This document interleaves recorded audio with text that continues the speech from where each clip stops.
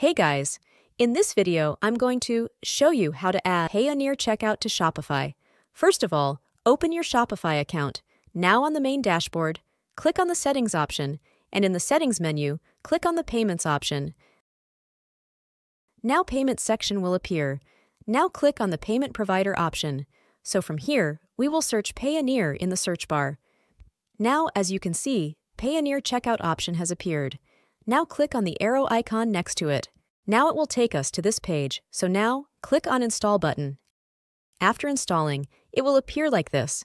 So now click on Manage Account. After that, Shopify will redirect us to the Payoneer website to verify our account with them. So from here, if you don't have a Payoneer account, you can sign up. And if you already have one, you can sign in from here. After signing in to your Payoneer account, you can go back to Shopify. And here you can see the Activate button is still not available, so it will require some time for Shopify to verify and authorize it. So after that, you can click on Activate, so that's how your Payoneer account will be linked to Shopify.